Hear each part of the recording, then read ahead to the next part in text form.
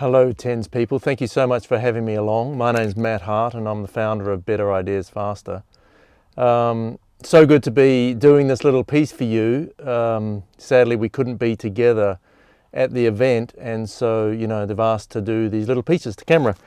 And I know in these lockdown times we've all been sitting in front of screens a lot, and it's not always so enjoyable, is it? A lot of screen fatigue. And so I thought what I'd do for the little 20-minute piece I've been asked for, or maximum 20 minutes, let's see how we go. I thought I'd bring you out. We're in Auckland, we're in level 3. I'm looking a bit woolly, a bit COVID woolly. But I've, during this time, as I'll come to tell you, look, we've moved back from the UK and we're now down in New Zealand and loving it. And I've still been doing some masterclasses and some work with clients. And rather than just do a presentation on screen with a deck, I've been bringing them out to different places now around Auckland and doing it a little bit natural and a little bit wild. And there's good reasons for that when it comes to creativity and innovation.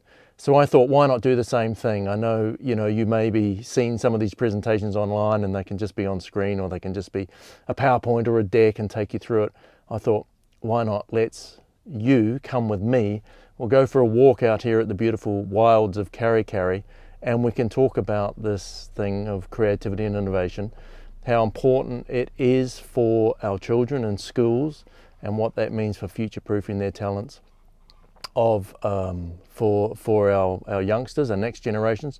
But also the work I'm doing is supporting educators to reconnect with your creativity and your capacity to innovate, and what that can mean not only for you in the classrooms and schools, but for you personally, etc. So come on, let's go for a walk and we can explore some of that together as I get out of the van, and we'll walk along and get down to the beach and get into it. So look, as we start, I'll just lock that up.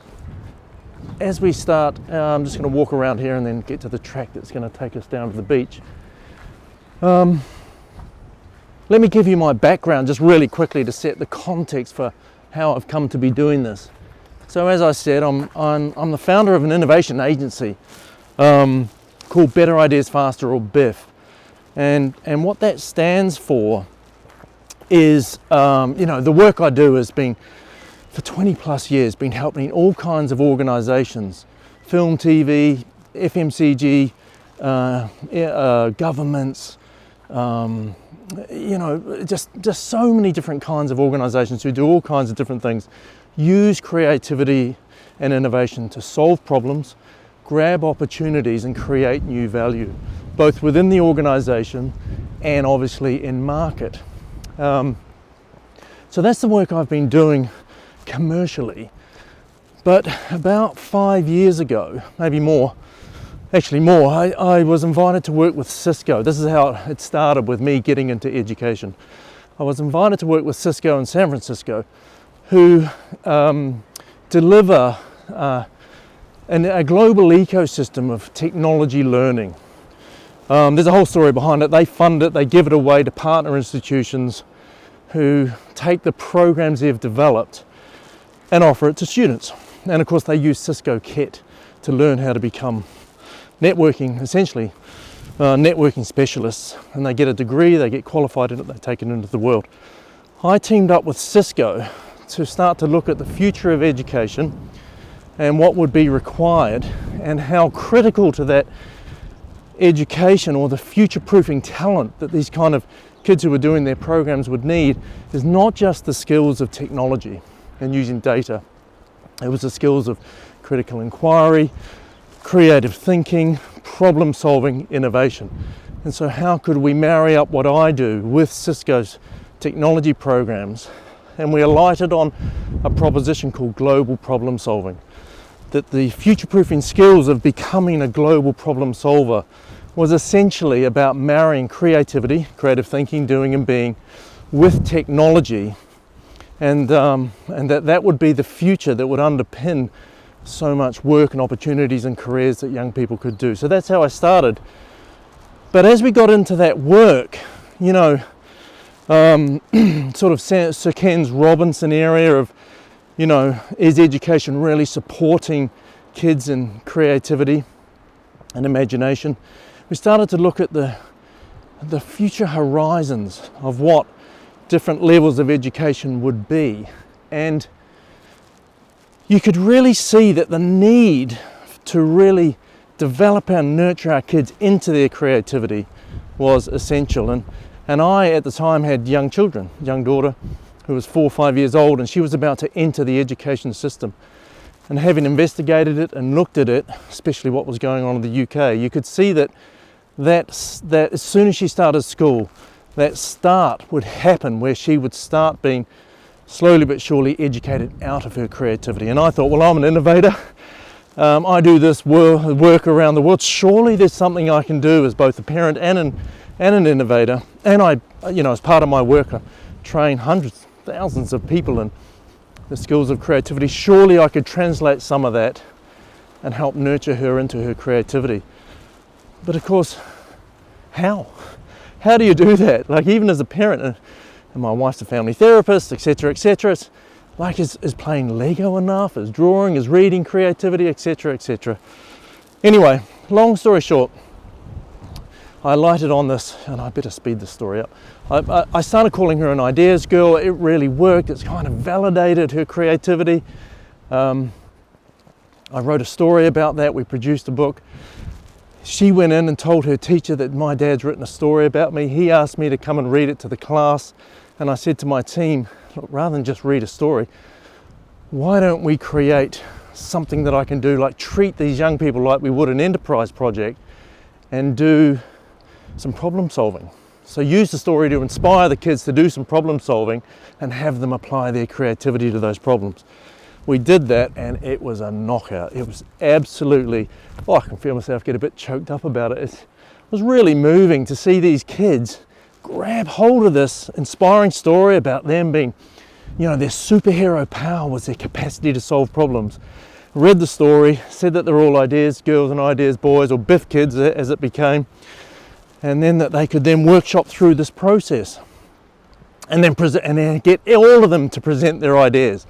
A few were really up for it, a few were really hesitant, but as they all walked through it and went through it, the kids all presented their ideas. Anyway, let's speed the story up. So fast forward, I did it for his class, I did it for her whole year. I then did it for the whole school, 800 kids, however many teachers. I then delivered it in the classes and then developed a program for the whole school, trained all the teachers and educators about the principles behind that. And so it started. And so started this sort of where BIF has sort of ended up, focusing on two areas. Yes, still solving the problems of creativity and innovation for enterprises today, but now I'm really focused on developing the next generation of problem solvers for tomorrow. And so, you might have seen, I started, we moved down here to New Zealand, and I started doing, our kids started the school and went in there and met the headmaster Sanjay, and he was amazing, and we sort of shared some stories about what I'd been doing in the UK.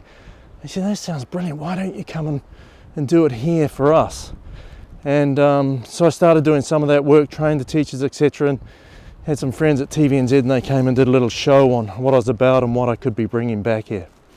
So that's sort of the background, but that starts to highlight some of the things I'd like to share with you about. I might get behind a sand dune here, it's a little bit windy. I guess what I was going to talk about at the conference was introduce to you this idea of these three disciplines of innovation. Let me grab, I'll see if I can get behind it. It is a little bit windy, and I hope you can still hear me. I'm sure you can.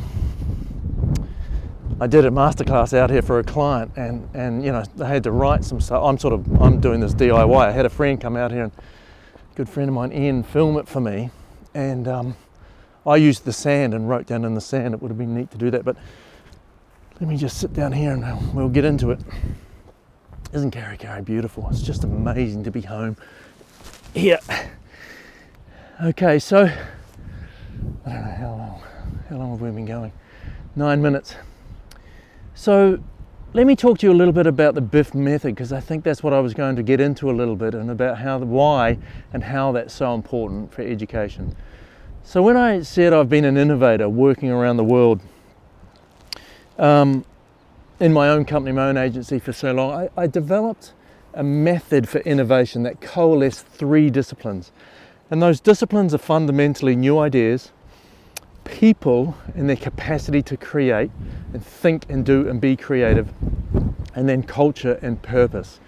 And in this idea of really articulating the reason for being, the why of an organization, and using that as the DNA to create new value, both within and the way people work together, the coherence, and then having that be a line of sight and how that manifests in market to differentiate and drive new value.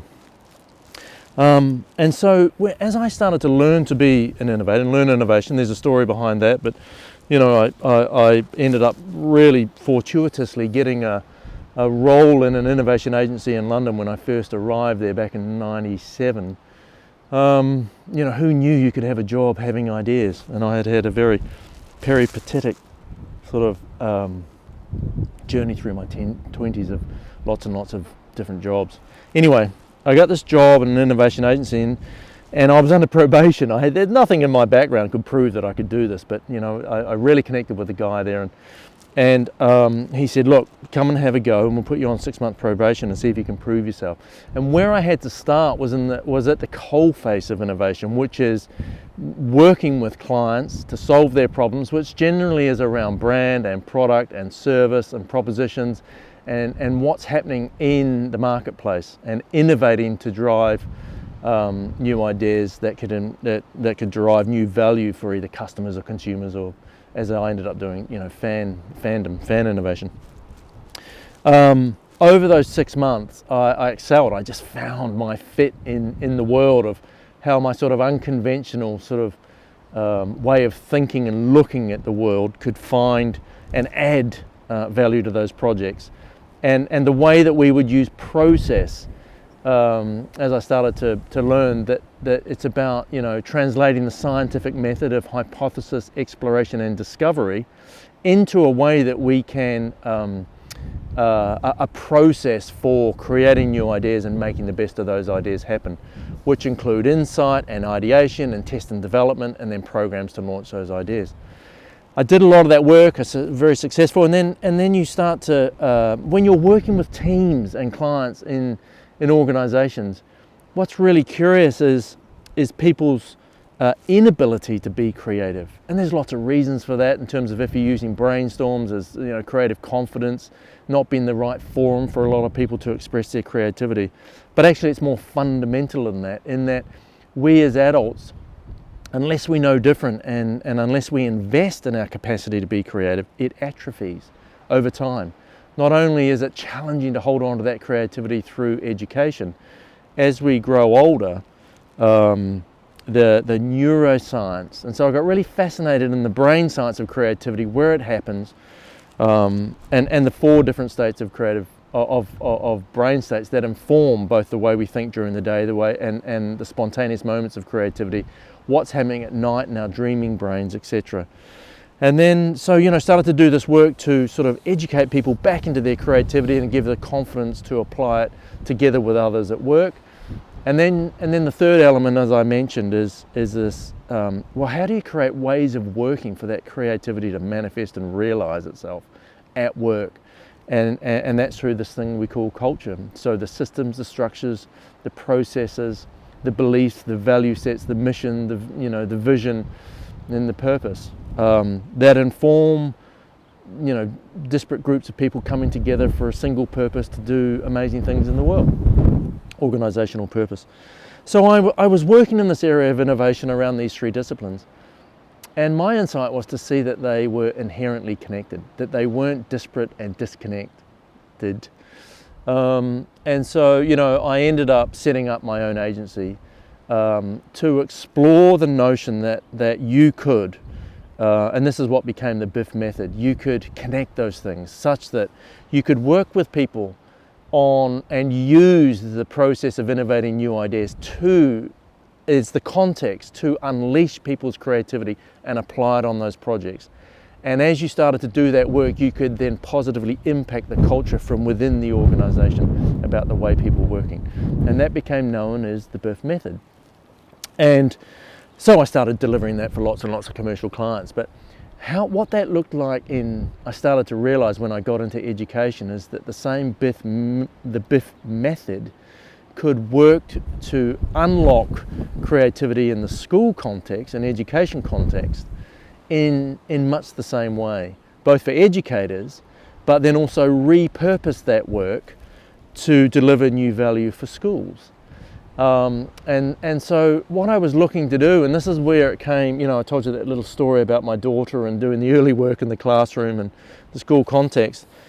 What we alighted on is that I could cascade the process of how we come up with new ideas, the thinking of creativity, that young kids, are much more innately connected to that imaginative way of thinking on a daily basis, and then build out the culture and the purpose of why they might do that. I found a way to coalesce those three things, to repurpose proven BIF method, and enterprise and creativity and innovation, and cascade it into one simple sheet that we could put into classrooms and do workshops with kids. And that became BIF Kids, Better Ideas Faster by Kids. It sort of collapsed. So this idea of process, so we go from, kind of enterprise process into kids process, problem solving, simply, what's the problem, why is it happening, use those two things to BIF inspire a fantastic idea, and then how would you make it happen? And start to do maker sessions, to prototype those, to bring it to life, to draw it, to sketch it, to act it out, to be that solution. And then from that sheet, develop a curriculum such that we could blend in and fit with what the education strategies we're trying to do.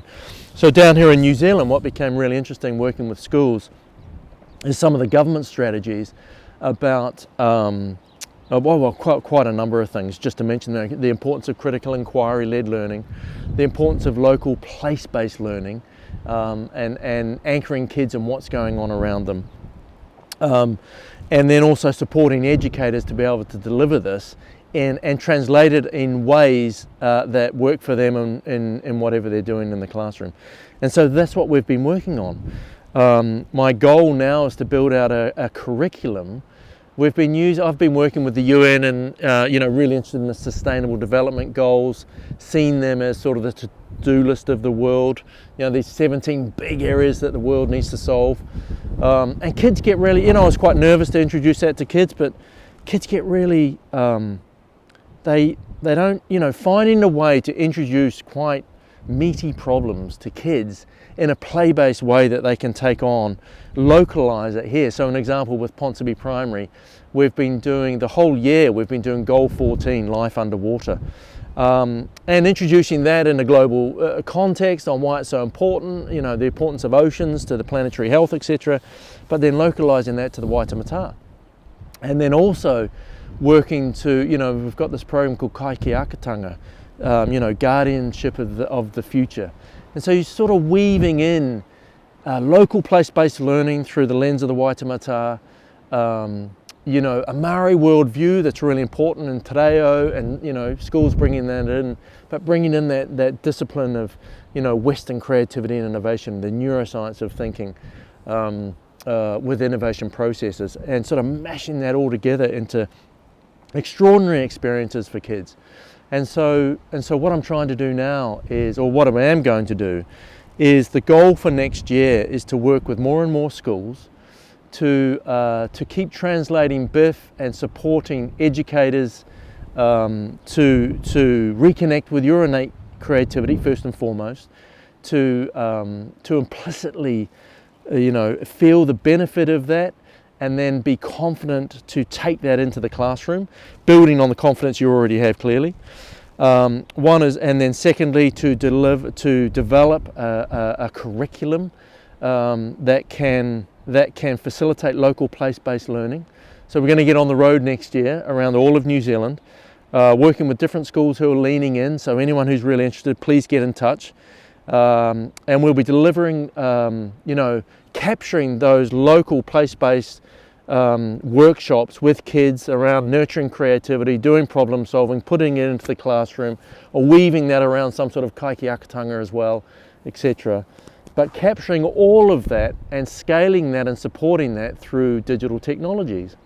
So as much as I'm absolutely committed to supporting kids' creativity through analog means, so they're drawing it, they're seeing it, they're feeling it, they're experiencing it, they're presenting it, to facilitate supporting that in schools and schools learning from other schools, I'm a co-founder of an e-learning platform called Sideways. And that's sort of this really modern learning notion in enterprises, that it's sort of not about the primary content. The primary content is just there for people to learn new things, but then make sense of that together in a sideways, horizontal, collaborative way to integrate that learnings. And so our platform is designed to facilitate that. So fantastically, next year the big vision is to take the platform, put educator programs in that platform, to capture the curriculum and put that in the platform, and then make that available to schools around New Zealand. So both for primary schools, we've got content for that. We've got an entertainment program around creative literacy for young teenagers.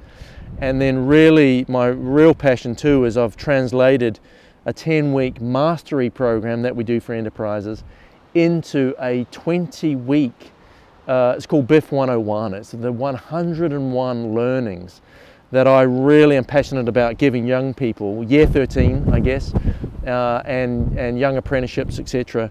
The problem solving and creative and innovative skills of process, working through and understanding what process is, reconnecting with their capacity to think creatively, applying that through that process so they can accelerate the problem solving, and then understanding how that all works and comes together in organizations as ways of working. So that's sort of what BIF is. That's what I'm really motivated to do down here. I think it's really timely because having spoken to lots of educators and started to deliver this in schools, there's a need for it and a desire for it and a really open ambition to really support our kids in this way. I think I'll for a while stay outside the system. It's better that I can augment and support structured learning that's going on. But I really want to co-create this with you educators about how we can do this together, because it can only happen together. So I hope that made sense. I hope that coming out here and doing it in a way out at Karikari in this beautiful nation of ours. If I come around here and show you, the sea's just looking beautiful. It's offshore today. There's a bit of surf out there. Thank you for your time. And look, I'm really open to how this progresses down here in New Zealand. I think the idea of prototyping a nation, we got some traction in the UK, but it's so dense, the UK. Trying to get into the education system there is almost impossible. And we were going to start an after school club in the UK to get it going, and I think there's an opportunity to do the same thing down here. But being open and supporting you guys in schools, I'm really motivated to do it. So as I said, if this is connected or you want to know more, please reach out. We're developing a roadshow for next year in summer and spring to get out around the country and start to deliver lots of this in schools, and I'd love you to be part of it if you're up for it. So thank you so much for your time. Thank you, TENZ, for inviting me to come along and do this. And look forward to either meeting or speaking soon. All the very best.